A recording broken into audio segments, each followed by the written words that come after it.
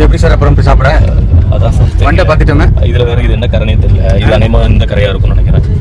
Seal வச்ச கரையாக இருக்கும்னு நினைக்கிறேன். இட்லியில் லைட்டாக இருக்குல்ல. சாம்பார் மசாலா சார். இது sambar masala. Hello sir, seat fast. This is sambar masala sir.